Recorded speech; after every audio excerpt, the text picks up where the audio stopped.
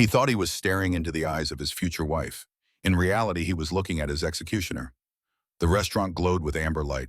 Crystal chandeliers cast shadows across white tablecloths. The kind of place where a bottle of wine cost more than most people earned in a month. Where the silverware was heavy enough to remind you of its price. Where the staff moved like ghosts until summoned by a lifted finger or a gentle clearing of the throat. Emma Sullivan stood near the service station, her black uniform pressed crisp, her hands steady despite the trembling in her chest. She watched the couple at table 4, watched the woman's manicured fingers hovering over the wineglass, watched something invisible cascade into the dark red liquid, watched it dissolve without a trace. She had exactly 3 seconds to make a choice. 3 seconds between silence and action, between keeping her job and saving a life, between being invisible and being seen. Her father had taught her a trick when she was 12 years old, a simple sleight of hand, a way to make objects swap positions while everyone was looking but nobody was seeing. Patrick Sullivan had been many things, a drunk, a gambler, a street magician on the Coney Island boardwalk, but he had been right about one thing. People see what they expect to see, and what they expected to see was a waitress pouring water. What they expected to see was furniture with legs. What they expected to see was nothing at all. Emma moved before her mind finished the thought, grabbed a clean glass and a napkin, rushed forward with practiced urgency. Her hip caught the edge of the table just hard enough, just controlled enough. The wine glass wobbled, drops spilled like blood onto white linen. Then her hands moved, left over right, the crossing of wrists her father had drilled into her muscle memory. The switch happened in the space between heartbeats, in the gap between breaths, in that invisible moment when the brain was processing the stumble instead of watching the hands. When she stepped back, the glasses had changed positions.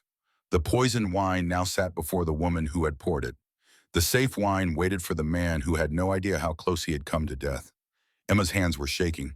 Her heart was a drum against her ribs. But her face showed nothing except apologetic concern. The woman stared at the glass in front of her, the glass that Emma had just placed there. Her eyes narrowed into slits of recognition, of suspicion, of pure crystallized rage beneath a mask of beauty. Then she smiled, bright and false as costume jewelry, and Emma knew that whatever happened next, her life would never be the same. But that moment was still coming. First, there was the morning. First, there was the world before everything changed. 24 hours earlier, Emma Sullivan woke up to the sound of her radiator clanking like a prisoner banging on cell bars. Her apartment in Bushwick smelled like old coffee and someone else's cigarette smoke seeping through the walls. The ceiling had a water stain that looked like the outline of Florida. She had stared at that stain every morning for 3 years while trying to convince herself today would be different. The photograph on her wall showed a younger version of herself, 12 years old, gap-toothed smile, standing next to a man in a cheap magician's vest, Patrick Sullivan's arm around her shoulders, his other hand holding 3 cards fanned out for the camera. The Coney Island boardwalk stretched out behind them, tourists and seagulls, and the smell of salt water and hot dogs. The photograph was from 2014. Patrick Sullivan died in 2019. Beaten to death in an alley behind a bar in Red Hook over $15,000 he did not have, could never have, would never have. Emma kept the photograph because it was the only one where her father looked happy. The only one where he looked like the man he told her he used to be. Before the drinking, before the gambling, before the inevitable spiral that starts with one bad bet and ends with blood on concrete. She practiced his card tricks every morning. 3-card Monte, false shuffles, the cross and switch that made objects trade places while observers swore nothing had moved. Her fingers had learned the motions before her mind understood the method. Muscle memory that felt like magic but was nothing more than misdirection and timing. She was not doing it to entertain anyone. She was doing it to remember, to keep some part of Patrick Sullivan alive that was not the bad parts, the parts that got him killed. The parts that left her alone at 19 years old with a dead father and a dying mother, and rent she could not afford. Emma worked 2 jobs, day shift at a diner in Midtown where businessmen complained about their eggs, night shift at the Crimson Room where billionaires complained about nothing because their lives were too perfect for complaint. She made $11 an hour plus tips at the diner, $40 an hour plus tips at the Crimson Room. Not enough for both, never enough for both. The bills were taped to her refrigerator like a collection of threats. Rent, $1,450, overdue by 12 days. Her mother's hospice care in Queens, $2,300 per month, due tomorrow. Phone bill, electric bill, the EMT certification program she had been saving for. $8,000 she did not have and probably never would. She left her apartment at 6 in the morning, took the L train to Union Square, transferred to the 6 train uptown. The subway car smelled like urine and desperation. A man in a torn coat was passed out across 3 seats. A woman with dead eyes held a sign that said, "Homeless veteran, please help, God bless." Emma had $15 in her wallet. She gave the woman 5. It was stupid, reckless. She needed every dollar. But she gave it anyway because her father would have given it, would have given all 15 and then borrowed more to give. At 51st Street, she saw the pickpocket. Young guy, maybe 20, wearing a hoodie and moving through the crowd with practiced ease. His hand slipped into an old man's jacket pocket, emerged with a wallet, disappeared into the throng before the old man even noticed the weight was gone. Emma saw it all, every movement, every angle. Her father's training made her see things other people missed, made her notice the tells, the patterns, the small betrayals that happened in plain sight. She did not say anything, did not shout, did not intervene. She walked past and pretended she had seen nothing at all, because speaking up meant getting involved. Getting involved meant police reports and missed shifts and lost wages. Getting involved meant consequences she could not afford. Her father would have said something, would have chased the kid down, would have returned the wallet and probably bought the thief breakfast and tried to talk him out of a life of crime. Patrick Sullivan had been a terrible father in most ways that mattered, but he had believed in doing the right thing, even when the right thing got you killed. Emma kept walking, kept her head down, kept moving toward a job that barely paid enough to keep her mother alive. She did not know that by the end of the day, she would break that pattern, would choose action over silence, would choose courage over survival, would choose to be seen. But that was still hours away. First, there was Robert Chambers. Robert Chambers stood in his corner office on the 57th floor of Chambers Tower and watched the city wake up beneath him. Central Park was a rectangle of winter-brown trees and frozen pathways. The streets were rivers of yellow taxis and black cars and delivery trucks. Millions of people moving through their lives, tiny and distant and unaware they were being watched. He was 58 years old. Silver hair that cost $300 a month to maintain. Jawline that suggested genetics and good dental work in equal measure. Eyes that had seen too many spreadsheets and not enough sunsets. His suit was Italian, his watch was Swiss, his wedding band was tungsten carbide because gold had felt too soft after Sarah died. He still wore the ring. 5 years after the funeral. 5 years after standing in the rain while they lowered her into the ground. 5 years after the doctor said there was nothing anyone could have done. Cardiac arrhythmia. Sudden. Fatal. Gone before the ambulance arrived. He wore the ring on his right hand now instead of his left. A small distinction that felt enormous. A way of saying she was still part of his life, but no longer the center of it. A way of moving forward while carrying her memory. The engineer standing in his office was named Jerry. Young, nervous. Holding a tablet that showed schematics for the panic room system Robert had commissioned 3 months ago. Jerry said the system was overkill. Said no one actually needed this level of security. Said it was paranoid. Robert said install it anyway. The system worked like this. Press a button hidden beneath the desk. Steel shutters would drop over the windows. Bulletproof. 2 inches thick. Impossible to breach without industrial equipment. The doors would lock with 6-inch bolts driven into reinforced steel frames. Magnetic seals that could withstand a car impact. The room would become a box. Impenetrable. Then the oxygen scrubbers would activate. Would remove carbon dioxide. Would maintain breathable air for 4 minutes while everyone else in the room slowly suffocated. An emergency supply was built into the desk. A mask, a tank, 90 minutes of air for one person. The panic button also triggered a silent alarm. FBI, private security. Every protection Robert's money could buy. Jerry asked why Robert needed protection in his own home. Who did he think was coming for him? Robert did not answer, did not explain about the death threats last year, the emails describing exactly how they would kill him, the packages containing bullets with his name engraved on the casing, the police investigation that found nothing, the fear that settled into his bones and never quite left. He just said to install the system, to test it, to make sure it worked, because Robert Chambers had not survived 30 years in the tech industry by trusting that everything would be fine. He had survived by preparing for the worst, by assuming betrayal was always one handshake away, by building fortresses. He just had not realized the fortress would not keep out someone he invited inside. Jerry left. Robert stood alone in his office, looked at the photograph on his desk. Sarah, laughing, wind in her hair, standing next to a black 1969 Ford Mustang, Boss 429. The car had been her dream. Robert had bought it for her 40th birthday. She had cried, had kissed him, had said she was the luckiest woman alive. 3 years later, she was dead. The Mustang was still in the basement parking garage, level P5, under a tarp. Robert went down once a month to start the engine, to keep the battery alive, to make sure everything still worked. He paid a mechanic $400 every quarter to maintain it, to change the oil, to replace anything that showed wear. He could not drive it, could not sit in the seat where Sarah had sat, could not touch the steering wheel her hands had gripped, but he could not sell it either, could not let it go. So it waited in the dark, preserved, perfect, useless. The intercom on his desk buzzed, his assistant's voice. Marcus Webb was here, ready for their morning meeting. Marcus, best friend, co-founder, the man Robert had known for 30 years, the man who had been there since the beginning, since the garage in Palo Alto where they built their first server, since the all-nighters fueled by pizza and Mountain Dew, since before the money, before the fame, before everything changed. Marcus walked into the office looking tired, distracted. He was 47 but looked older, graying at the temples, lines around his eyes, the kind of wear that came from stress instead of age. Robert asked if he was okay, if something was wrong. Marcus said he was fine, just a lot on his mind, work stuff, nothing important. Robert did not push, did not pry. Marcus would talk when he was ready. That was how their friendship worked. 30 years of trust, of loyalty, of knowing each other better than brothers. Robert showed Marcus the engagement ring.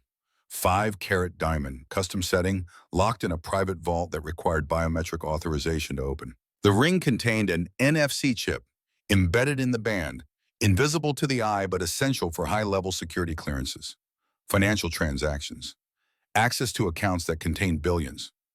Robert said only 2 people had access to the vault, himself and Marcus, the 2 people he trusted most in the world. Marcus looked at the ring, said it was beautiful, said Isabella was lucky, said Robert deserved happiness. His voice was flat, empty, like someone reading lines from a script they did not believe. Robert did not notice, did not see, was too excited about proposing, about moving forward, about leaving the ghost of Sarah behind and finding something new.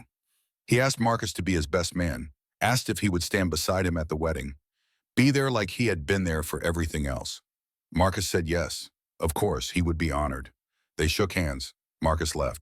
The door closed behind him with a soft click that sounded nothing like betrayal. Robert returned to the window, to watching the city, to thinking about Isabella and the future and all the ways life could be good again. He did not know that Marcus was already destroying him, that the betrayal had already begun, that by midnight everything he had built would be gone. But that revelation was still hours away. First there was Isabella. Isabella Sinclair stood in her penthouse apartment on the Upper East Side and stared at the photograph from 2011. Teenage version of herself, 18 years old, standing on the sidewalk in front of a house in Philadelphia. Behind her, moving trucks, men carrying furniture out the door, everything her family owned being repossessed by the bank. Her father had been a hedge fund manager, successful, wealthy, the kind of man who drove a Porsche and bought his daughter a horse for her 16th birthday. Then the market crashed. The fraud investigation started. The arrests came. Her mother overdosed on sleeping pills in the bathroom. Isabella found her, called 911, watched the paramedics try and fail to bring her back. Her father went to prison.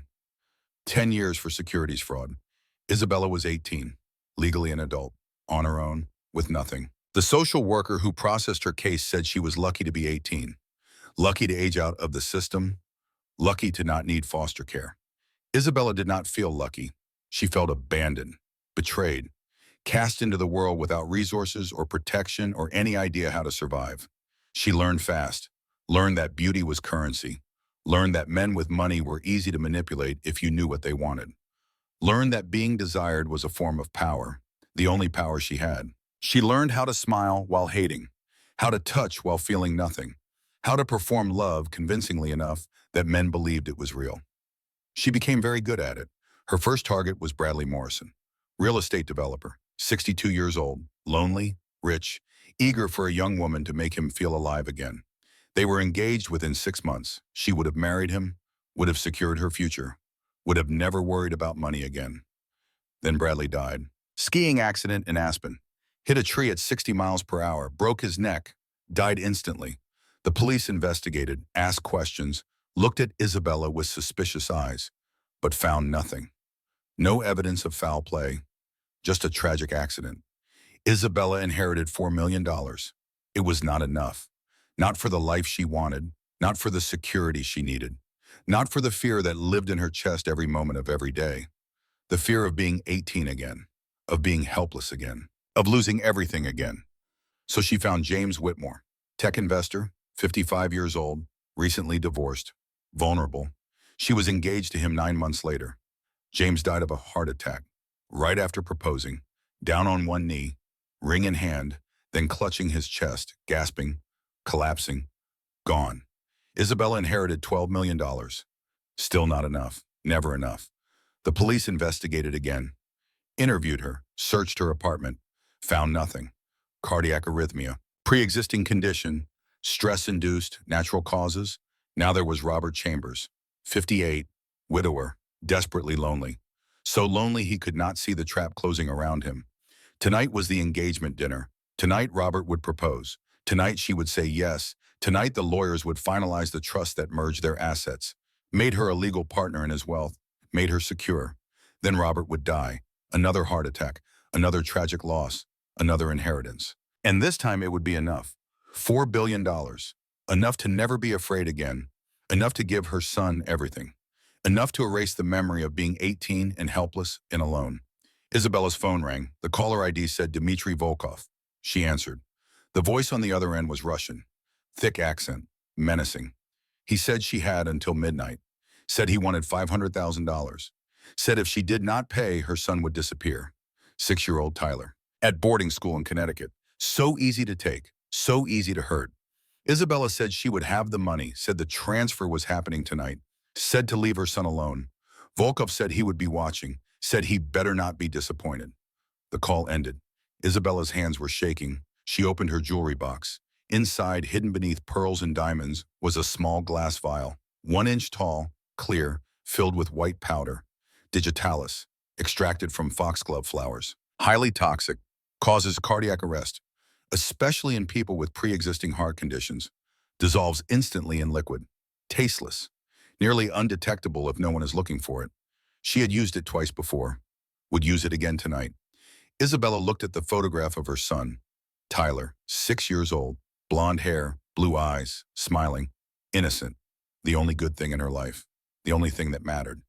She whispered to the photograph, said she was doing this for him. Said they would never be poor. Never be helpless, never be abandoned. She put the vial in her purse, got dressed, red dress, high heels, diamond earrings, the costume of a woman in love. Then she went to meet the man she was going to kill. The Crimson Room restaurant occupied the ground floor of a building on West 53rd Street in Manhattan. 3 Michelin stars, reservation list 6 months long. The kind of place where celebrities ate in private booths and billionaires proposed to mistresses. Emma arrived at 7:45 in the evening, changed into her uniform in the staff bathroom. Black pants, white shirt, black apron, the costume of invisibility. The manager was Tony Henderson, 50 years old, red face, angry at the world. The kind of man who yelled at waitresses for breathing too loud, who docked pay for imaginary infractions, who created fear because fear was the only power he had. Tony told Emma she was covering table 4. Said Mario called in sick again. Said if she screwed this up, she was fired. Emma said yes, sir, grabbed her order pad, went to the service station where David was polishing wine glasses. David was 28, Filipino-American. The only person in the restaurant who treated Emma like a human being instead of a servant.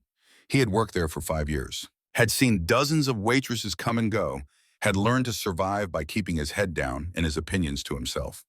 He nodded toward a table 4, whispered that it was Robert Chambers, tech billionaire. See the blonde? That was Isabella Sinclair. David said her name like a warning. Emma asked who she was. David leaned close, spoke quietly, said Isabella had been engaged 3 times. Said 2 of her fiancés were dead. Bradley Morrison. Skiing accident. 2019. James Whitmore. Heart attack. 2021. Both times, Isabella inherited millions. Both times, police investigated and found nothing. David said it was probably nothing. Probably coincidence. Rich old men died all the time. But his voice carried doubt, suspicion, the quiet understanding that 3 engagements and 2 deaths was a pattern. Emma looked at table 4, at Robert Chambers sitting across from Isabella Sinclair, at the way he looked at her with complete trust, complete love, complete vulnerability. She looked at Isabella, at the perfect mask, at the performance of affection, at eyes that were calculating instead of warm. Emma had grown up with liars. Her father had been a con artist, had taught her to read people, to see the tells, the small betrayals in body language and tone. Isabella was lying. Emma could see it, could feel it, could sense it the way sharks sense blood in water. But what could she do? She was a waitress. Isabella was rich, beautiful, connected. Who would believe a 24-year-old nobody from Brooklyn? So Emma said nothing, poured water, stayed invisible, watched.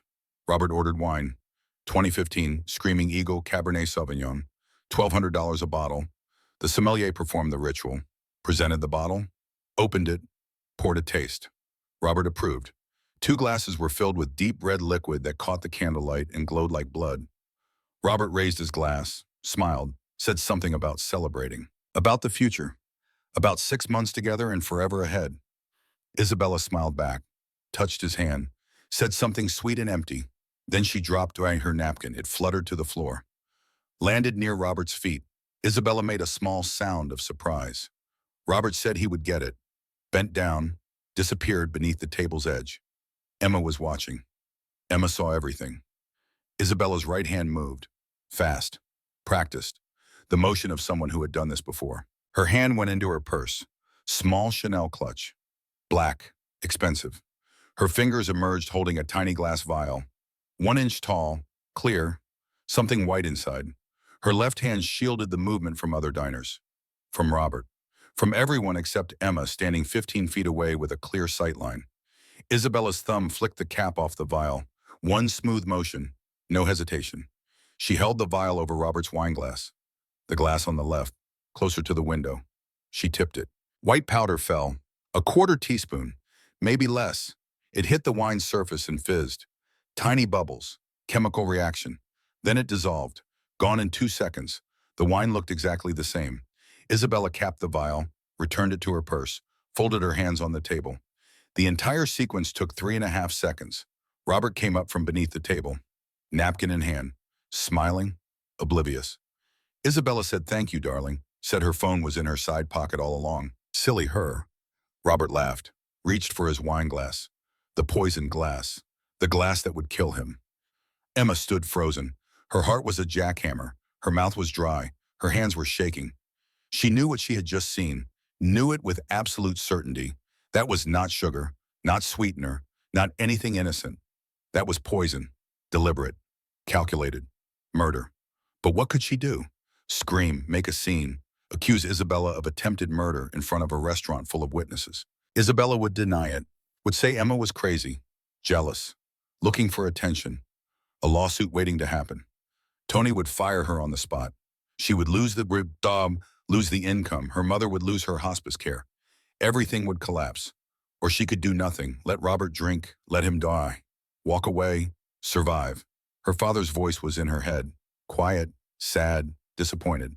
People see what they expect to see, Emmy, but sometimes you have to make them see the truth. Robert's fingers curled around the stem of his wineglass. He lifted it, brought it toward his lips. Emma moved. She grabbed a clean water glass and a cloth napkin from her tray, started walking toward table 4 with purpose. With urgency, her training took over. Her body knew what to do even as her mind was still catching up. She reached the table just as Robert was about to drink. Her hip caught the table edge, not hard enough to knock anything over, just hard enough to make the glasses wobble, to spill a few drops of wine onto the white tablecloth. Isabella's eyes flashed with rage.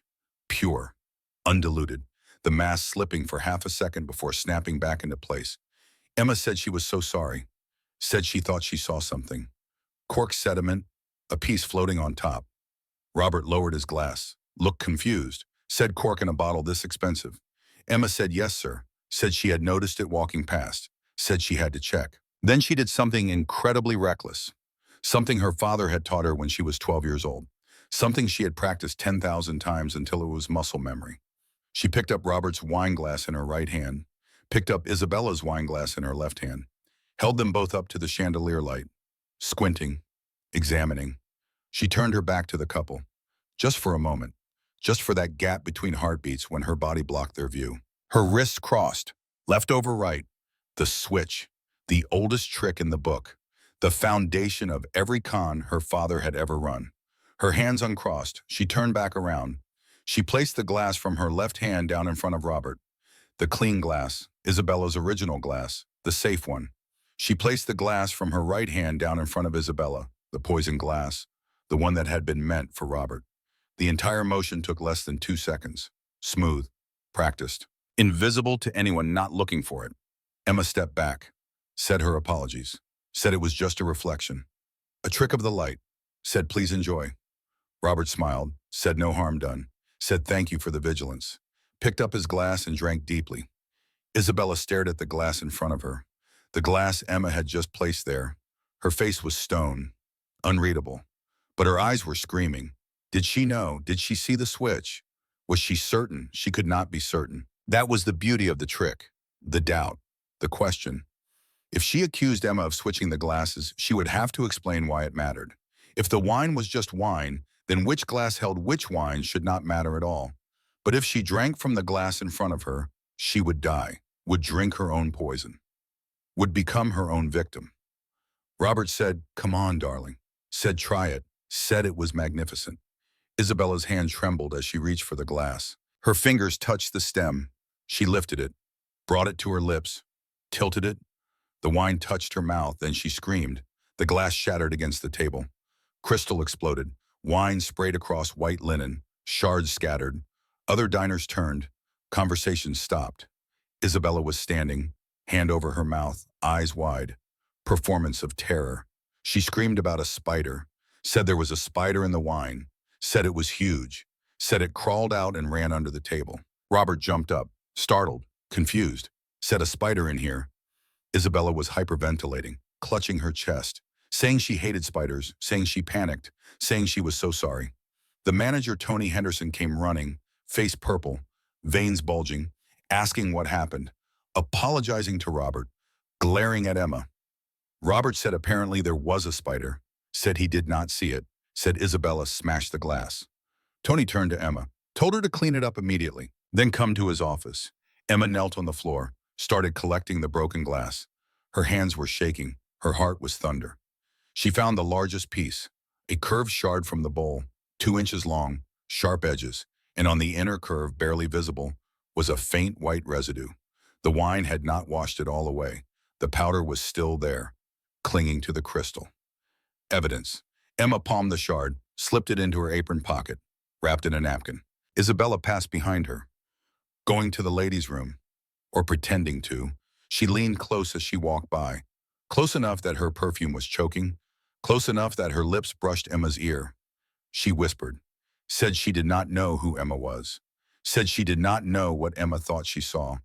But if Emma ever pulled a stunt like that again, she would not just lose her job, she would lose her life, and her mother would die alone in that hospice bed in Queens.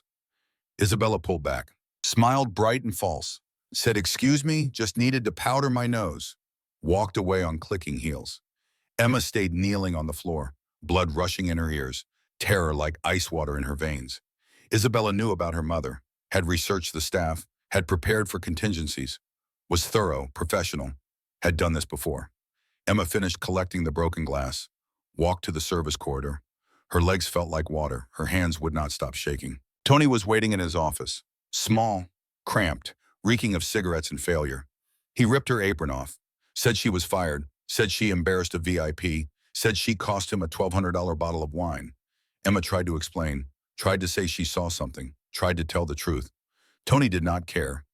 Threw $40 in cash on the desk, said that was her severance, said get out, said if she ever came back, he would call the police. Emma took the money, walked out into the alley behind the restaurant.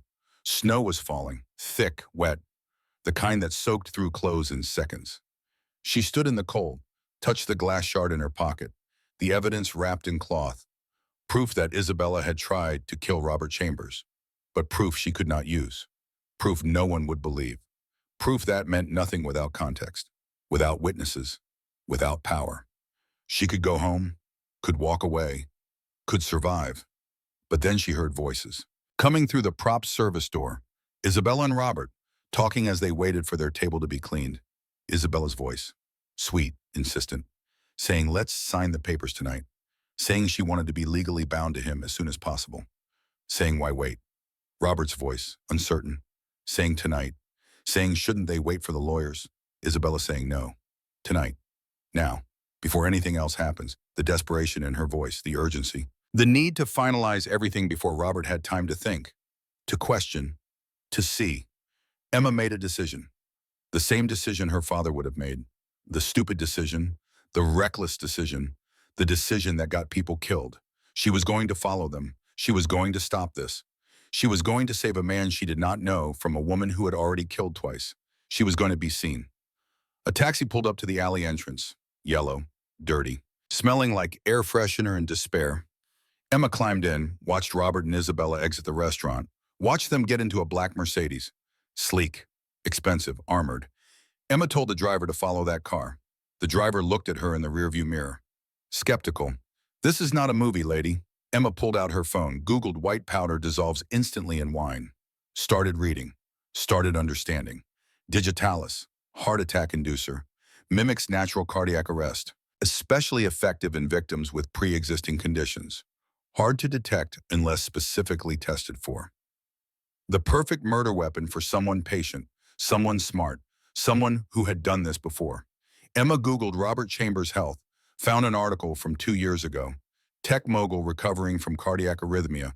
Irregular heartbeat. Treated with medication. Stable but vulnerable. Isabella knew, had researched, had chosen her victim carefully. Knew exactly how to kill him. Knew exactly how to make it look natural.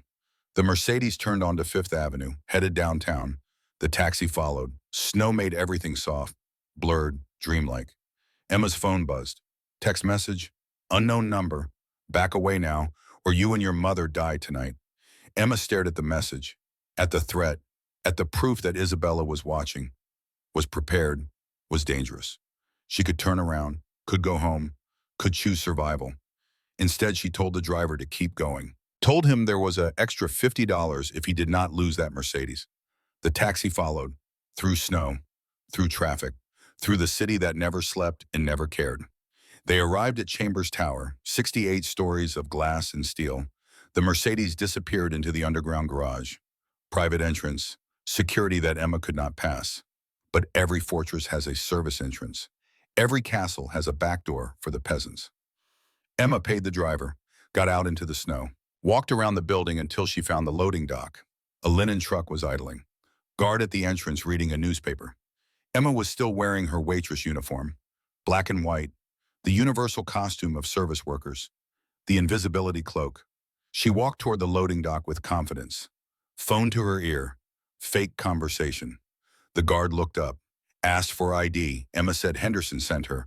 Emergency delivery for the penthouse, running late. Mister Chambers would be furious if she was not up there in 5 minutes. The guard barely looked at her. Pointed to the service elevator. Said badge is on the wall. Bring it back down. Emma grabbed a badge, stepped into the elevator, pressed the button marked P.H. Penthouse. The doors closed. The elevator climbed. Her ears popped. Her heart raced. Her hands shook. Her phone buzzed again. Another text. Unknown number. Last warning.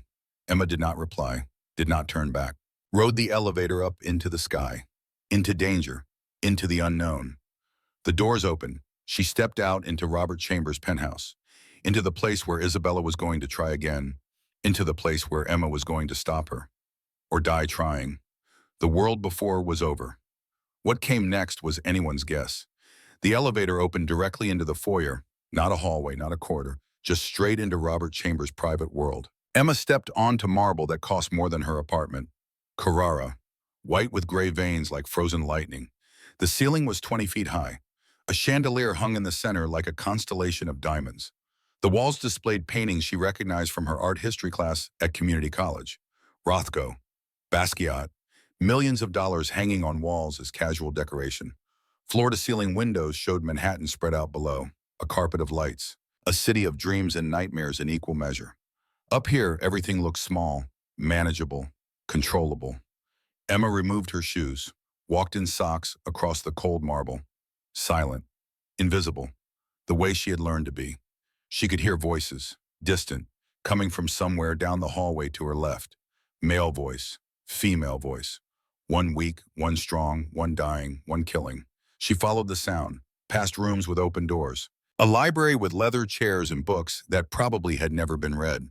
A home theater with 12 seats in a screen the size of a billboard. A wine cellar behind glass.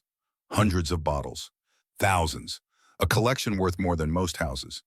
At the end of the hall, mahogany doors stood slightly open. Warm light spilled through the gap. The voices were clearer now. Emma could make out words, sentences, the casual conversation of people who did not know they were being watched. She crept close, looked through the crack, saw everything. Robert Chambers sat in a leather wingback chair by the fireplace. Gas flames flickered blue and gold.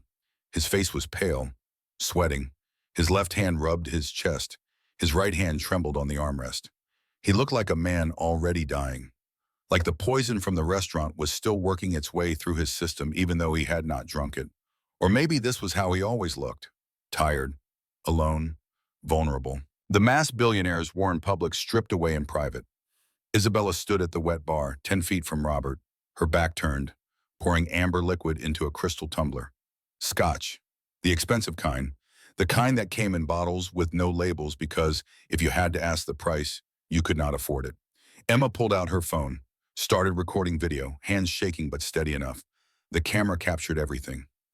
Isabella reached between her breasts into her bra, retrieved another vial identical to the one at the restaurant. Clear glass, white powder inside. She uncapped it with her teeth. Smooth motion. Practiced. Done before. She poured the powder into the scotch, the full vial. More than she had used at the restaurant, enough to guarantee death. No second chances, no room for error. The powder dissolved instantly. No fizzing this time. Just gone. Invisible. The scotch looked exactly the same. Isabella checked her reflection in the mirror behind the bar, adjusted her hair, put the smile back on. The mask. The performance. Then her phone rang. She answered. Said Marcus. Said, what is it? Her voice sharp, impatient. A male voice on the other end, tinny through the speaker, saying everything was ready, saying the accounts were queued, saying he just needed the biometric authorization, saying where was the ring, the ring. Emma zoomed in with her phone camera, focused on Robert's hands. His left hand empty, his right hand empty. No signet ring. The family ring he always wore. The ring with the NFC chip embedded in the band. The ring that authorized high-level financial transactions. Isabella said she was working on it, said give her a few minutes, said everything would be ready by 10. She hung up, turned back to Robert with the poisoned scotch in hand. Emma's mind raced. This was not just murder. This was theft, corporate espionage, a conspiracy that involved Marcus Webb, Robert's best friend, his co-founder, his brother in all but blood. Isabella crossed the room, knelt beside Robert's chair, set the scotch on the side table within easy reach. She took Robert's right hand, stroked it, said his hands were so tense, said let her massage them, make him feel better. Robert's eyes were half closed. He mumbled something, slurred, already sick. Isabella worked his fingers, rubbed his palm, then she twisted the signet ring, worked it loose, slipped it off his finger with practiced ease. Robert did not even notice, did not protest. Too far gone to care. Isabella pocketed the ring, stood up, picked up the scotch glass, held it out to Robert like an offering. She said, drink this, darling. Said it would help. Said, trust me. Robert reached for the glass with trembling fingers. Emma could not wait any longer, could not let him drink, could not stand by and watch. She kicked the door open, burst into the room, shouted, don't drink that. Robert jumped, spilled scotch on his pants, looked up confused, blinking. Isabella spun around, eyes wide, then narrowing into slits, recognition, rage, pure hatred beneath the beautiful mask. She said, you. Said, how the hell did you get in here? Robert stared at Emma, squinting, trying to place her. Then memory clicked. The waitress, from the restaurant, the one who saw the cork that was not there. Emma held up her phone. Said, do not drink that scotch, Mr. Chambers. Said she put something in it.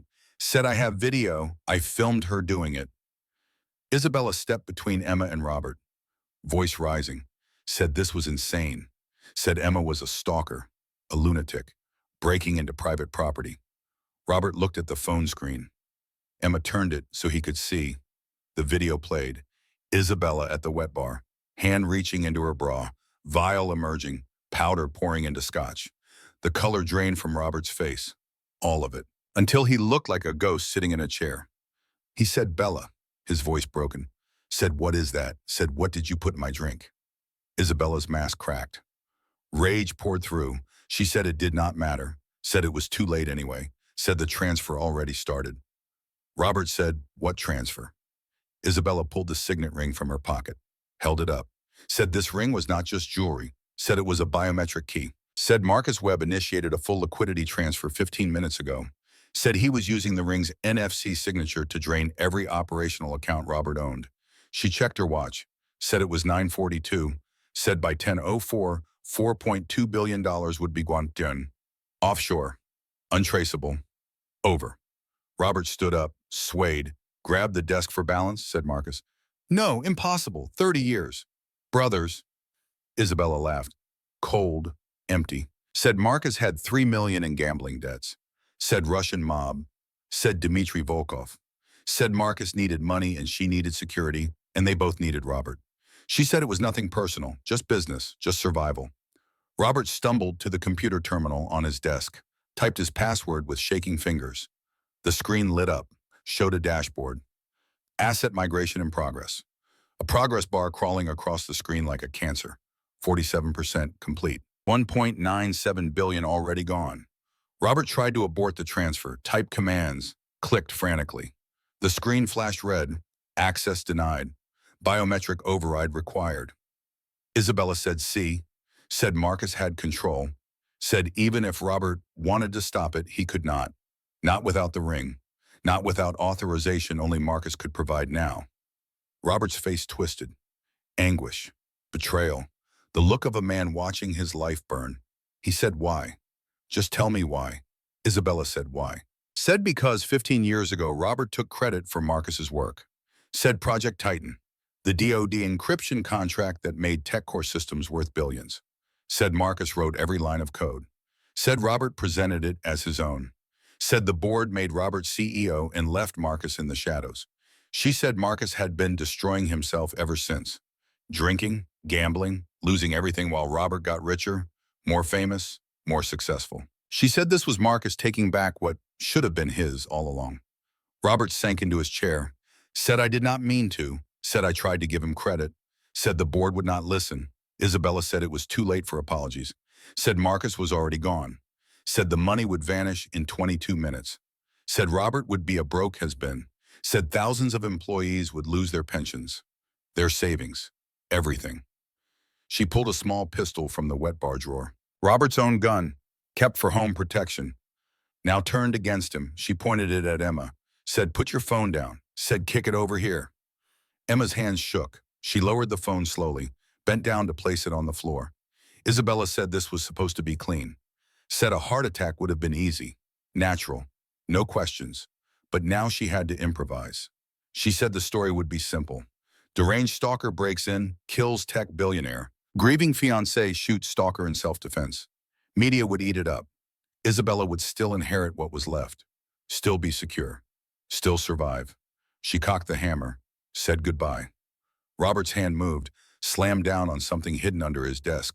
Sirens started wailing, mechanical, deafening. Steel shutters dropped over the windows, 2 inches thick, bulletproof. They hit the sills with booming clangs that shook the floor. The doors slammed shut. Magnetic locks engaged with heavy thuds. 6-inch bolts drove into reinforced frames. The lights shifted to emergency red. The fireplace extinguished. The ventilation stopped. A robotic voice spoke from hidden speakers. Fortress protocol engaged. FBI alerted. Oxygen scrubbers activated. Lockdown in 4 minutes. Isabella screamed. Said, what did you do? Said, open it. Open it now. Robert's voice was calm, cold, empty of everything except quiet rage. He said this room was sealed. Said nothing in, nothing out. Said in 4 minutes, everyone inside would pass out from oxygen deprivation. He said FBI and private security were already breaching the building. Said she could shoot him, but she would die with his corpse. Said the room was bulletproof, escape-proof, death-proof for everyone except the person who knew where the emergency air supply was hidden. He looked at Emma, said, "Get under the desk, now." Emma did not hesitate, dropped to her knees, crawled into the knee-hole space under the massive mahogany desk. There was a compartment built into the back panel. Robert opened it. Inside was an oxygen mask connected to a tank. 90 minutes of air, enough to outlast the lockdown, enough to survive. He put the mask in Emma's hands, said, "Put it on," said, "Breathe." Emma said, "What about you?" Robert said he was 58 with a bad heart, said she was 24, said she had a mother who needed her, said she was the one who deserved to live. Isabella collapsed on the floor. The gun clattered out of her hand. She was hyperventilating. Panic attack. The oxygen was already getting thin. The scrubbers were working, removing CO2, making every breath harder. She said, "Please." Said, "Robert, please." Said, "I have a son." Said, "Tyler needs me." Said, "I am sorry." Said, "I was scared." Said, "Volkov was going to kill him. Kill us both." Said, "I had no choice." Robert said nothing, just stared at her. Watching her beg, watching her break, 30 years of building, of trusting, of believing in people. All destroyed in one night by the two people he trusted most. The sounds outside grew louder. Boots on marble, shouting. The FBI breaching the penthouse, cutting through locks with specialized equipment. The door to the study burst open. 4 agents in tactical gear. Weapons drawn. Flashlights cutting through the red emergency lighting. The lead agent was named Torres. Mid-40s, Latina. Hard eyes that had seen too much. She lowered her weapon when she saw the scene. Robert at his desk. Isabella on the floor crying. Emma under the desk with an oxygen mask. Torres said, "Mr. Chambers, are you all right?" Robert said no. Said he was not all right. Said his company was being robbed. Said $4 billion. Said he had 18 minutes left to stop it. Emma emerged from under the desk, showed Torres her phone. The video of Isabella poisoning the scotch. Said there was also a glass shard from the restaurant, wrapped in a napkin in her jacket pocket. Said test it for digitalis. Torres watched the video, called for more agents. They lifted Isabella from the floor, cuffed her, read her rights. Isabella was screaming, saying she was forced, saying Volkov made her, saying she had no choice, saying, "Robert, please, please believe me, please." They dragged her away. Her voice echoed down the hallway, then gone. Torres said they would need Emma's statement, said the video was solid evidence, said Isabella was going to prison for a long time. Robert said there was no time, said Marcus Webb was at the company headquarters, said he was executing the theft right now, said if Robert did not get there in 18 minutes, everything was lost. Torres said they needed a warrant to enter the building.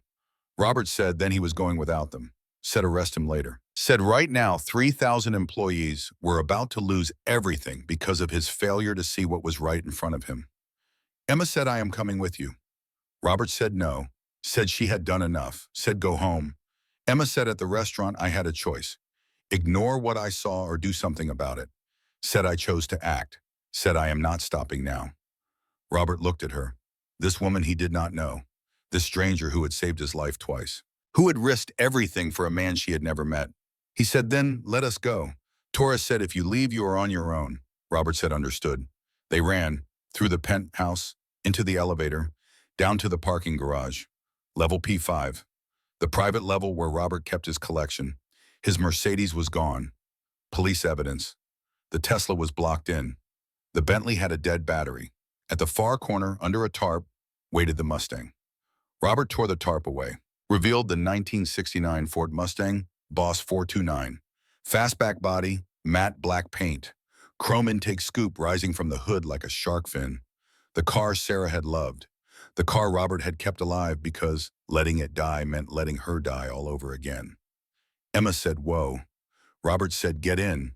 The interior was mint condition. Bench seat, no seatbelts. Analog gauges, a time machine built of steel and horsepower and memories. Robert turned the key. The engine roared. 375 horsepower. Straight pipes, the sound of controlled violence. The garage filled with thunder. Emma climbed into the passenger seat. Robert put the car in gear. Said no GPS, no computers, No way for Marcus to track them. He said, "Hold on." The tires screamed. Smoke filled the garage. The Mustang launched forward, fishtailed, slid sideways, then caught traction and rocketed up the exit ramp. They exploded onto Fifth Avenue, into snow, into traffic, into chaos. Robert drove like a demon, weaving between taxis, jumping red lights, drifting around corners. The Mustang roared and slid and somehow stayed on the road. Emma gripped the dashboard. "Said you are going to kill us." Robert said, "Better dead in a crash than alive watching everything burn." The snowstorm was getting worse, visibility down to 50 feet. The streets were slick. Every turn was a gamble. Every intersection was Russian roulette. Emma checked her phone. The asset migration dashboard she had screenshot earlier. 79% complete, 12 minutes remaining. She said, "We are not going to make it." Robert said, "Watch me." The Mustang's engine coughed, sputtered, lost power. Robert cursed, said the carburetor was cold, said the car had not been driven in months, said it was flooding.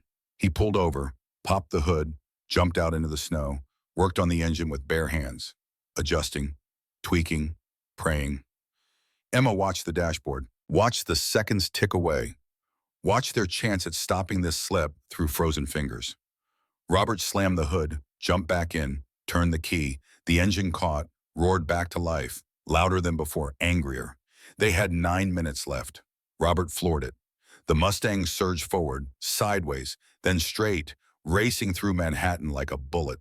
Chamber Systems headquarters appeared ahead. 40 stories of dark glass, every light off. Marcus had cut the main power, made the building a fortress, a tomb. Robert screeched into the loading dock alley, slammed the brakes. They slid to a stop inches from a dumpster. Emma checked her phone. 7 minutes, 94% complete.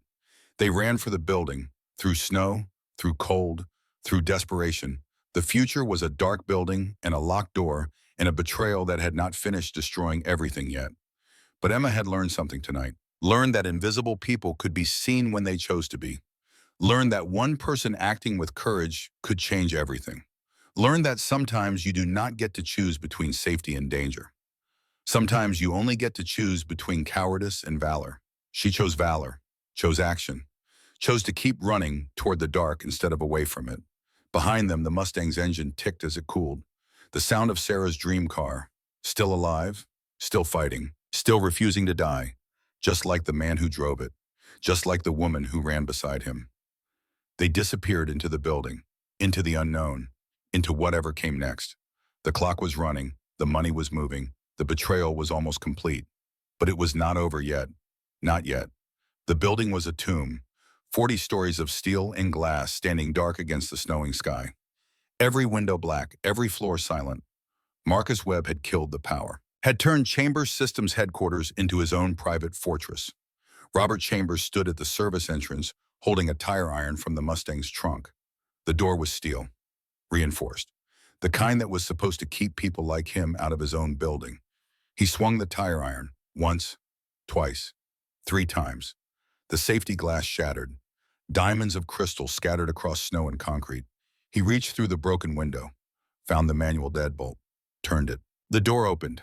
They stepped inside, into darkness, into cold, into the place where Marcus Webb was destroying everything Robert had built. Emma pulled out her phone, used the flashlight to see. The beam cut through black like a knife, showed corridors, doorways, exit signs glowing red on emergency power. Robert knew the way, had walked these halls 10,000 times, in light, in darkness, in triumph. Now in betrayal. They found the stairwell, started descending. B1, storage level. Boxes and equipment and forgotten things. B2, server farm, the heart of the building, the brain, the place where data lived and died. The temperature dropped as they went deeper.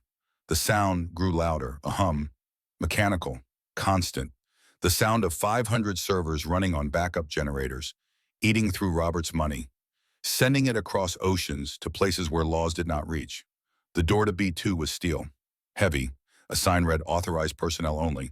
Biometric scan required. The biometric scanner was dark. No power, just dead electronics. Robert examined the door, ran his hands along the frame, found a panel painted the same color as the wall, easy to miss if you did not know it was there. He pried it open with the tire iron. Inside was a brass keyhole. Old, tarnished, from 1978 when this building was new and Robert's father ran the company. Emma said you kept a manual lock. Robert pulled a keychain from his pocket, found an old brass key, worn smooth from decades of use. He said, I do not trust automation. Never did. Said Marcus laughed at me for keeping this. Said I was paranoid, old-fashioned, stuck in the past. He inserted the key, turned it. Something inside the door clunked. Heavy. Final. The door swung open. Heat rolled out. The server room was running hot. Backup cooling struggling to keep up. The temperature was 50 degrees but felt like 80 after the frozen stairwell. The room stretched out before them. 200 feet long, 150 feet wide. Rows of server racks 15 feet tall. Black cages filled with blinking lights. Blue LEDs like thousands of tiny eyes watching, judging, waiting. Above them, massive pipes ran across the ceiling, liquid nitrogen cooling system, keeping the servers from melting themselves, from destroying the data they held. The floor was raised, removable tiles on a grid system, cables and cooling ducts underneath, the architecture of modern technology. Built on hidden infrastructure nobody saw. At the center of the room sat Marcus Webb. He was hunched over a terminal. A 50-inch monitor glowed in front of him. His fingers moved across the keyboard with mechanical precision. He wore noise-canceling headphones. Black, expensive, blocking out the world, blocking out the sound of his own betrayal. The screen showed numbers, account balances, transfer protocols, a progress bar, 96% complete. $4.03 billion already gone. 2 minutes and 14 seconds remaining. Robert walked toward Marcus. Each step echoed despite the deafening hum of machinery. Emma followed, her phone out, recording, evidence for whatever came after. Robert stopped 10 feet away, shouted over the noise. Marcus. Marcus spun in his chair, removed his headphones. His face showed no fear, no guilt, just annoyance. Like Robert was interrupting something important, something that mattered. He said, Robert, how did you get here? Then he saw Emma, said in the waitress. Wonderful. Perfect. Robert said, stop the transfer. Stop it now. Marcus stood, stretched, cracked his knuckles. He was 47 but looked older, gray at the temples, lines around his eyes, the kind of wear that came from stress eating a man alive from the inside. He said, you are too late. Said, even if you unplug this terminal, the transfer is distributed, running from 47 cloud nodes. Said you would need to shut down the entire grid to stop it. Robert said, then I will shut down the grid. Marcus laughed, bitter, hollow. Said with what? Your bare hands. You are 58 years old, Robert. Said you built spreadsheets. I built systems. This is my world. You are just visiting. Robert said we built it together. 30 years. Brothers. Marcus's face twisted. Something broke inside him. Some dam that had been holding back decades of resentment and rage. He shouted, brothers. You call us brothers. His voice cracked. Raw. Wounded. He said, do you remember Project Titan? The DoD encryption contract. The system that put TechCore on the map. Made us billions. Robert said, of course I remember. We built it together. Marcus said, no. No, Robert. I built it. Every single line of code, every algorithm, every security protocol. Mine. All mine. He said you presented it to the board. Stood up there with your fancy suit and your PowerPoint slides and took credit. Let them think it was yours. Let them make you CEO while I stayed in the back room. The guy behind the curtain. The invisible man making the magic happen. Robert said, Marcus, I tried to give you credit. The board would not listen. They wanted a face for the company. A front man. That is all it was. Marcus said, that is all it was. That is all it was. Do you know what happened after that? He said his wife left him, said she called him a nobody, a loser, working in Robert's shadow while Robert got rich and famous. Said his daughter would not talk to him. Blamed him for the divorce, for being weak, for not being successful like Mr. Chambers. He said 15 years of watching you take credit, watching you on magazine covers, watching you get richer while I got nothing. Not even recognition, not even acknowledgement. He said the gambling started after the divorce, trying to feel something, trying to win something, trying to prove he had value. But he just lost. Lost money, lost time, lost himself.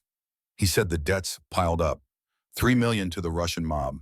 Dmitry Volkov, the kind of man who broke fingers and burned houses and disappeared people. He said that is when Isabella found him. Offered him a way out, a partnership, her beauty and his access. Together, they could take what Robert owed them, what Robert had stolen. Robert said, "I never stole anything from you," Marcus screamed. "You stole everything, my career, my family, my life. You took it all and did not even notice. Just kept taking, kept winning, kept being Robert Chambers, the genius, the visionary, the man who could do no wrong. He said, 'This money is mine. I earned it. I am just taking back what you stole 15 years ago.'" Lights flicked on. Overhead fluorescence buzzed to life. The room went from dim to blazing. Two men stepped out from behind server racks. Large men, security contractors. One was massive, 6'4", 280 pounds. Ex-NFL linebacker. The other was smaller, wiry, covered in scars. Ex-MMA fighter. Marcus said, "Meet my insurance policy. He pays better than you did, Robert. Loyalty goes to the highest bidder." Robert looked at the two guards, looked at Marcus, looked at the terminal showing 97% complete, 90 seconds remaining. He said, "Emma, run." Emma did not run. She was scanning the environment, not looking at the men, looking at the room, at the architecture, at the infrastructure. She saw the raised floor, the removable tiles, the gaps beneath. She saw the liquid nitrogen pipes overhead. 6-inch diameter, high pressure, marked with warning labels. Danger, cryogenic. She saw the fire extinguisher mounted on the wall 15 feet away. She saw the solution. The massive guard moved first, advancing toward Emma. His footsteps were thunder. He said, "Nothing personal, sweetheart. Just doing a job." Emma dodged. He was fast for his size, but she was faster. Smaller. She had grown up fighting in Brooklyn, fighting for food, for space, for survival. He grabbed for her wrist. She stomped on his instep, all her weight on his foot. He grunted. "Let go." She twisted away. The smaller guard went for Robert, pulled out a taser, blue arc sparking between the prongs. He said, "Don't make this hard, old man." Robert grabbed the fire extinguisher off the wall, swung it, connected with the guard's shoulder. The man stumbled, dropped the taser. It skittered across the floor. Emma was watching Marcus. He was still typing, still working, still stealing. He was ignoring the fight, confident his guards would handle it, confident he had already won. 98% complete. 1 minute remaining. Emma ran toward the big guard. He charged, arms outstretched, trying to tackle her. She dropped, slid across the smooth floor like a baseball player stealing home, went between his legs. He tripped over her, stumbled, crashed into a server rack. The whole cage shook.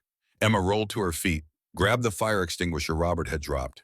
It was heavy, red, industrial, the kind that could put out electrical fires or break things. She sprinted toward the center of the room, toward Marcus and his terminal, toward the place where the liquid nitrogen pipe ran directly overhead.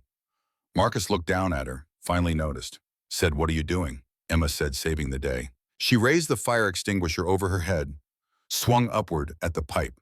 Clang. The metal rang like a bell. The pipe shuddered but held. Marcus shouted, "Stop her!"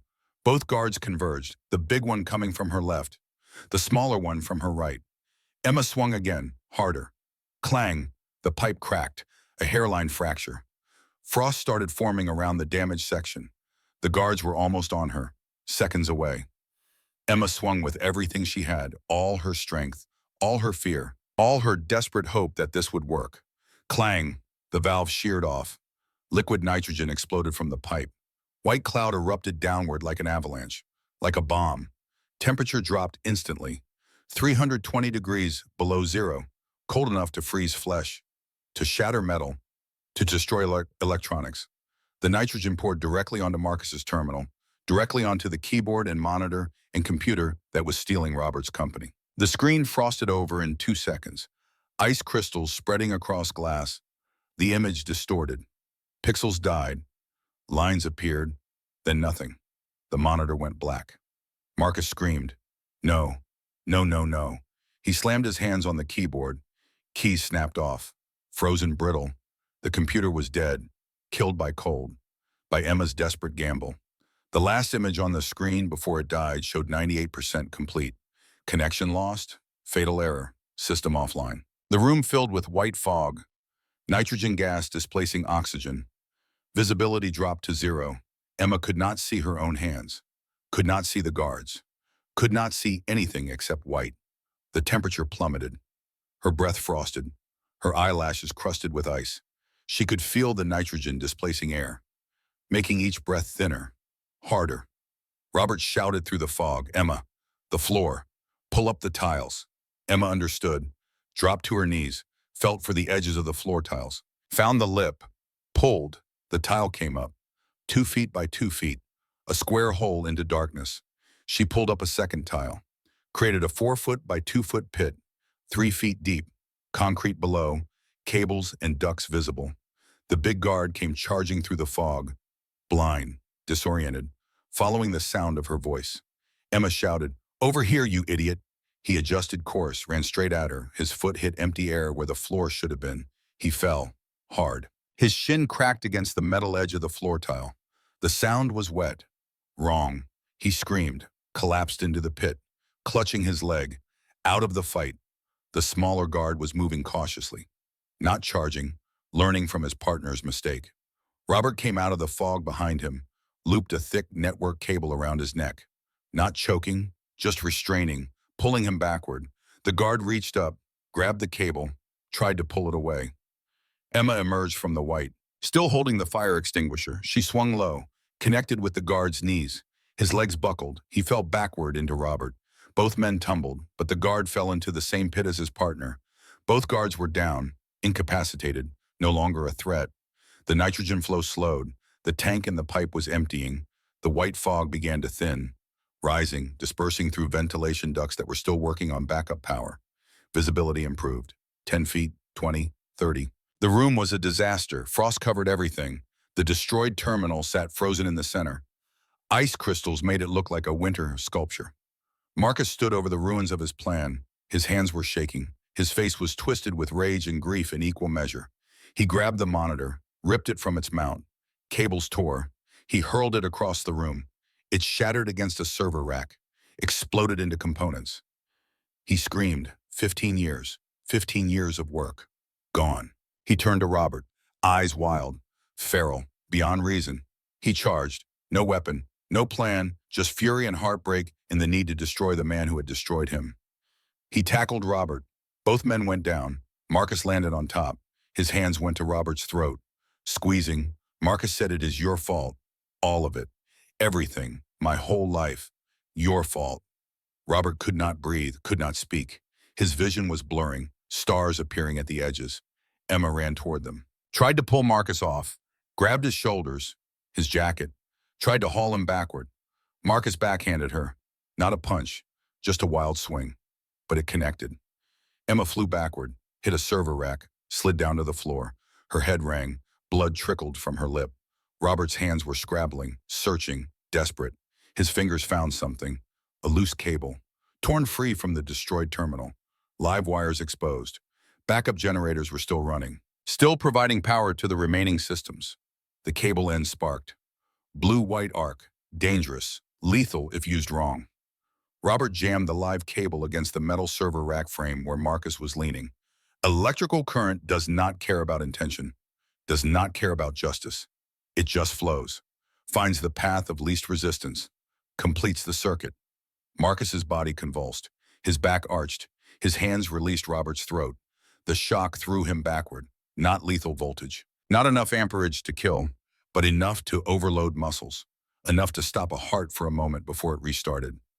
Marcus landed 6 feet away, twitching, shaking, conscious, but helpless. Robert stood, gasping, clutching his throat, bruises already forming. He looked at Marcus on the floor, this man who had been his brother, his partner, his friend. Robert walked over, knelt beside Marcus, said, "I am sorry." Marcus's voice was weak, broken, said, "Sorry.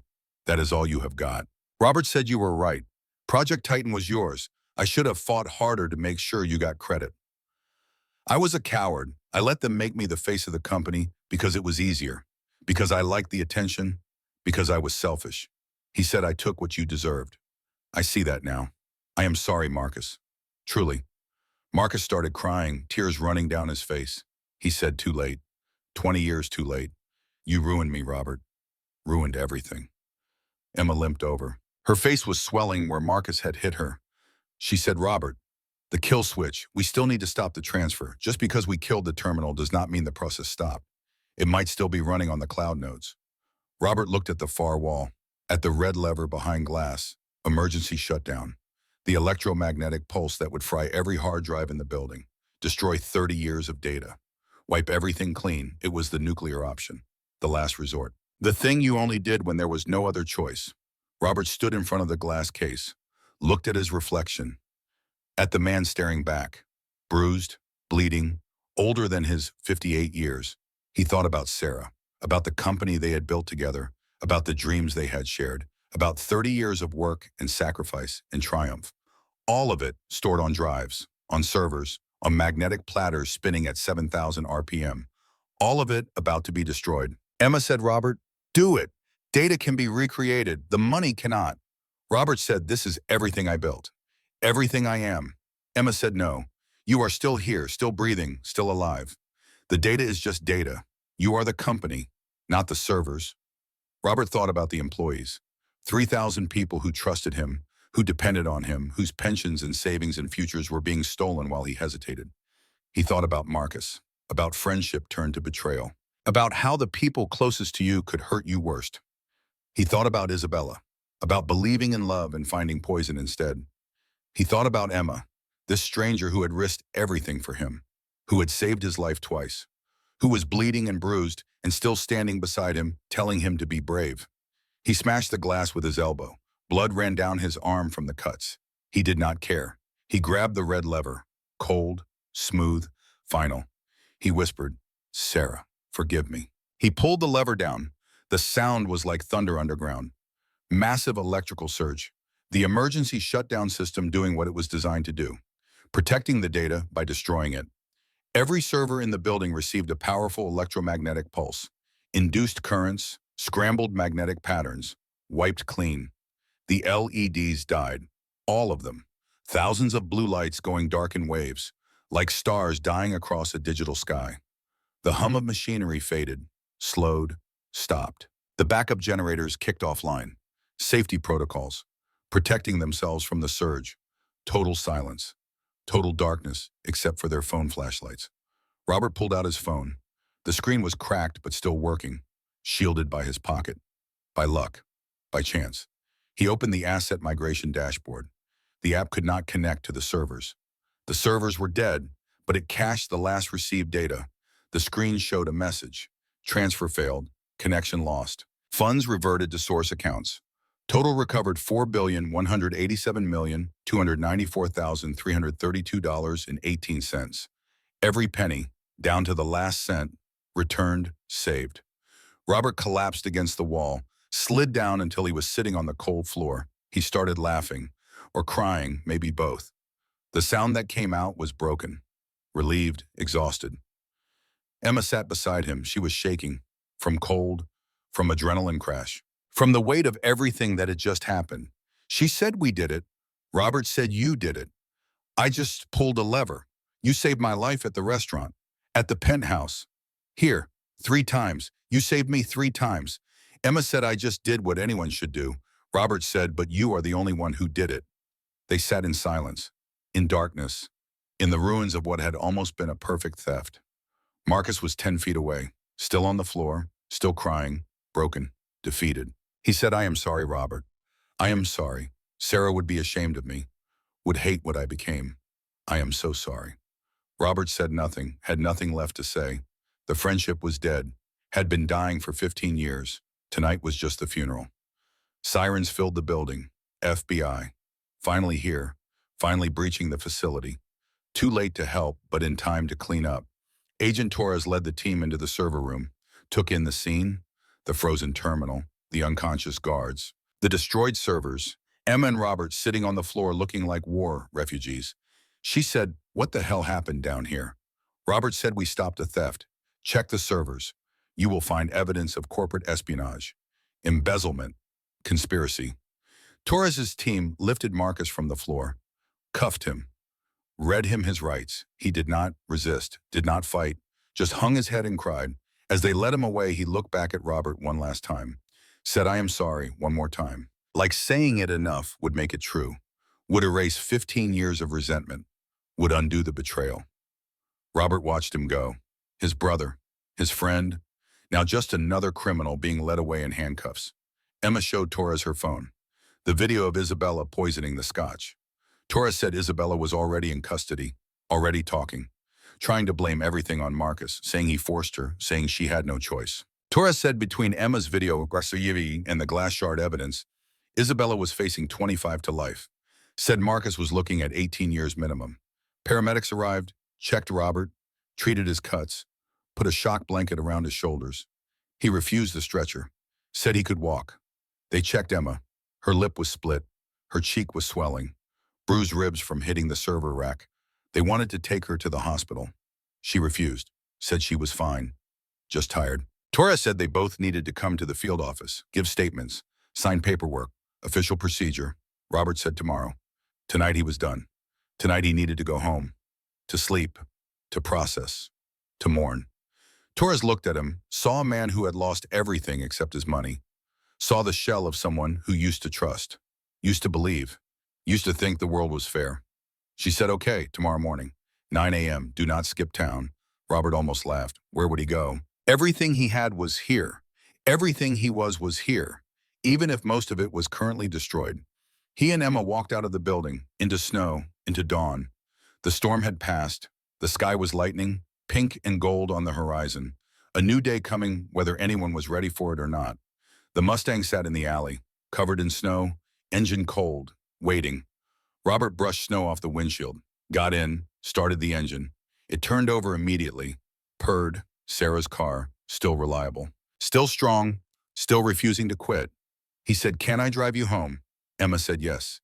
She gave him her address in Brooklyn. Far from here. Another world. They drove in silence, through empty streets, past closed shops, past people sleeping, past lives that continued on unaware that the world had almost changed last night, that billions had almost vanished, that murder had almost succeeded. Robert dropped Emma off in front of her building, the shabby walk-up in Bushwick. So different from his penthouse, from his tower, from his world. She started to get out, stopped, turned back. She said, what happens now? Robert said, I rebuild. Again, like I have before, like I always do. Said the data is gone, but the people are still here, the employees, the customers. The company is not the servers, it is the people. Emma said, what about Marcus? Robert said Marcus made his choice, has to live with it. Said maybe in prison he will find some peace, some understanding of why he did what he did, or maybe he will just be bitter forever. Either way, it is not my problem anymore. Emma opened the door, started to leave. Robert said, wait. He pulled out his wallet, took out a business card, wrote a number on the back. He said, come see me Monday. 10 a.m. I am going to need a new director of corporate security. Someone who can spot threats I cannot see. Someone who acts when everyone else freezes. Emma looked at the card, said, I am not qualified. I am a waitress. Robert said, you saved $4 billion in my life using a fire extinguisher and your father's magic tricks. You are the most qualified person I know. Emma took the card, said, I will think about it. She went inside. The door closed behind her. Robert sat in the Mustang, in Sarah's car, thinking about everything that had changed, everything that had ended, everything that might begin. He drove home as the sun rose, alone but alive. Broke in data but rich in money, betrayed by friends but saved by a stranger. Life was strange, cruel, occasionally kind, always surprising. He parked in his garage, covered the Mustang, thanked Sarah for keeping him safe one more time. Then he went upstairs, to his empty penthouse, to process, to grieve, to plan what came next. 6 months later, Emma walked into the Crimson Room restaurant, not in uniform, in a blazer, professional, confident, transformed. The new manager greeted her with respect. Said Mr. Chambers was waiting at table 4. Emma walked through the dining room, past tables where millionaires ate lunch, past servers who looked at her with envy, past the place where she used to be invisible. Robert sat at the same table where it all began. He looked different, younger, healthier. The weight of betrayal had lifted, replaced by something lighter. Hope, maybe, or just acceptance. Emma slid into the booth. Said, you are late. Thought my head of security was supposed to be punctual. Robert smiled. Said traffic. Some billionaire is rebuilding his company and clogging up Midtown. They ordered lunch, talked about the company, about the rebuilding, about how TechCore Systems had recovered 73% of its stock value, How the lost data had been restored from backups Marcus did not know existed. How 2,847 employees kept their jobs. They talked about Marcus. In federal prison, eligible for parole in 12 years. Robert had visited him once. Marcus had apologized for 4 straight hours. Robert had forgiven him, not because Marcus deserved it, but because carrying hatred was too heavy. They talked about Isabella, trial in 3 weeks, facing 28 years, son in foster care with his grandmother. Isabella still claiming she was forced, still playing victim even though everyone knew the truth. Robert slid an envelope across the table. Emma opened it, check for $75,000. She said, I cannot accept this. Robert said it is not charity, it is payment. Said you earned it. Performance bonus for saving the company, for saving me. Emma stared at the check, at more money than she had ever seen, more than her father had made in his entire life. She said, what am I supposed to do with this? Robert said, whatever you want. Pay off debts, move your mother to a better facility, go to school, invest it, burn it. I do not care. It is yours. You earned it. Emma folded the check, put it in her pocket, said thank you. The lunch ended. The bill came. Emma grabbed it before Robert could. She said, this one is on me.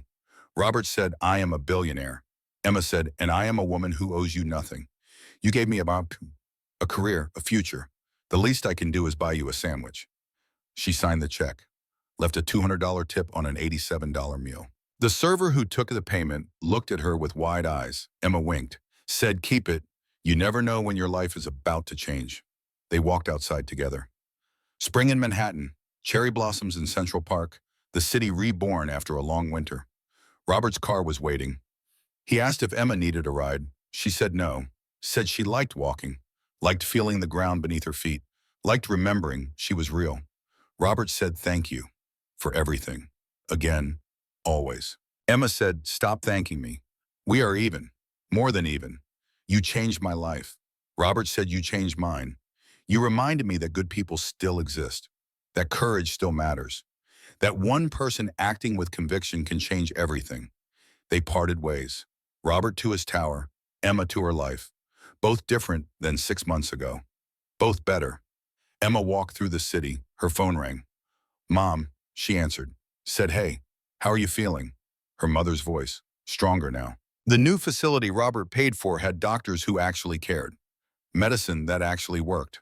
Hope that had been missing before. Emma said, I have something to tell you about Dad, about what he taught me. She said he always told me people see what they expect to see. But I learned something else, something he never got to teach me. She said the real magic is not what you hide. It is what you reveal when it matters most. She said courage is not the absence of fear. It is acting despite the fear. It is choosing to be seen even when invisibility is safer.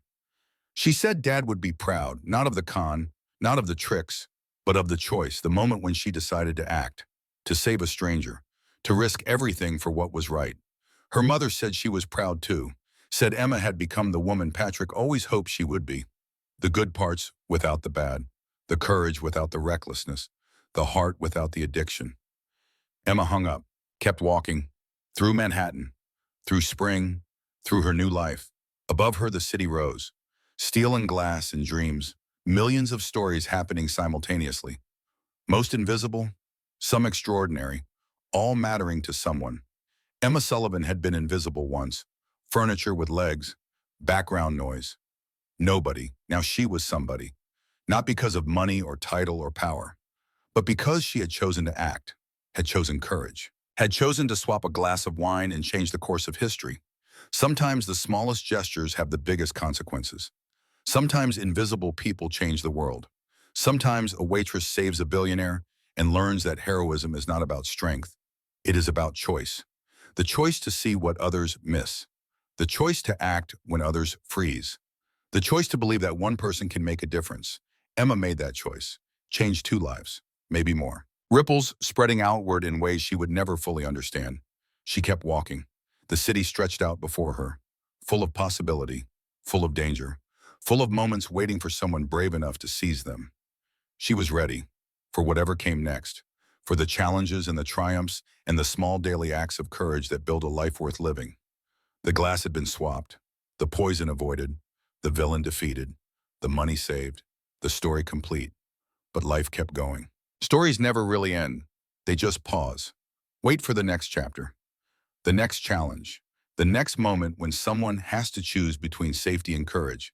Emma chose courage, would keep choosing it every day, every moment, every time the choice appeared. That was the real magic. Not the trick, not the sleight of hand, but the choice to do what is right even when it costs everything. Her father had taught her how to deceive. Life taught her when to reveal. Both skills mattered. Both had value. Knowing the difference was wisdom. She disappeared into the crowd. Just another person in a city of millions. Invisible again, but different now. Choosing invisibility instead of accepting it. Powerful in her ordinary appearance. Heroic in her daily choices. The sun set over Manhattan. Another day ending. Another night beginning. The city never stopped. Never slept. Never quit. Neither did Emma Sullivan. The waitress who saved a billionaire. The woman who chose courage. The hero who proved that anyone can change the world if they are brave enough to try. The glass had been swapped. Everything else followed from that one choice. That one moment. That one act of impossible courage. And somewhere in the city, Robert Chambers sat in his office looking at a photograph of Sarah, telling her about the woman who saved him, about the company he rebuilt, about learning to trust again despite everything. Life went on, for both of them, different but better, scarred but stronger, wiser but still willing to believe in goodness. The story was over. The future was beginning. And somewhere between the ending and the new start was the truth, the lesson, the point. People see what they expect to see, but sometimes the invisible save us. Sometimes the weak are strongest. Sometimes a single choice changes everything. Emma Sullivan made that choice, lived with the consequences, built a life from the wreckage, found meaning in the chaos, discovered that heroism is not about power. It is about choosing to act when everyone else stands frozen. She made that choice. She would make it again, again and again, for as long as she lived, for as long as someone needed saving, for as long as courage mattered. And courage always matters. Now, forever, always. The end is just another beginning. The glass is always waiting to be swapped. The choice is always waiting to be made. The invisible heroes are always among us, waiting for their moment, ready to act, brave enough to be seen. Emma was one. There were others, are others, will be others. Ordinary people doing extraordinary things, changing the world one small act at a time, proving that goodness exists, that courage lives, that hope survives. This was her story, but it could be anyone's story. Could be your story, is everyone's story if they are brave enough to live it. The glass waits. The choice waits. Courage waits. All we have to do is reach out and swap what needs swapping. Save who needs saving. Be who we are meant to be. Emma did it. So can we all, if we just choose to see what others miss, act when others freeze, be brave when bravery is hardest. That is the magic. That is the truth. That is the only lesson worth learning. Be brave. Act with courage. Save who needs saving. The rest will follow, always, forever, without end.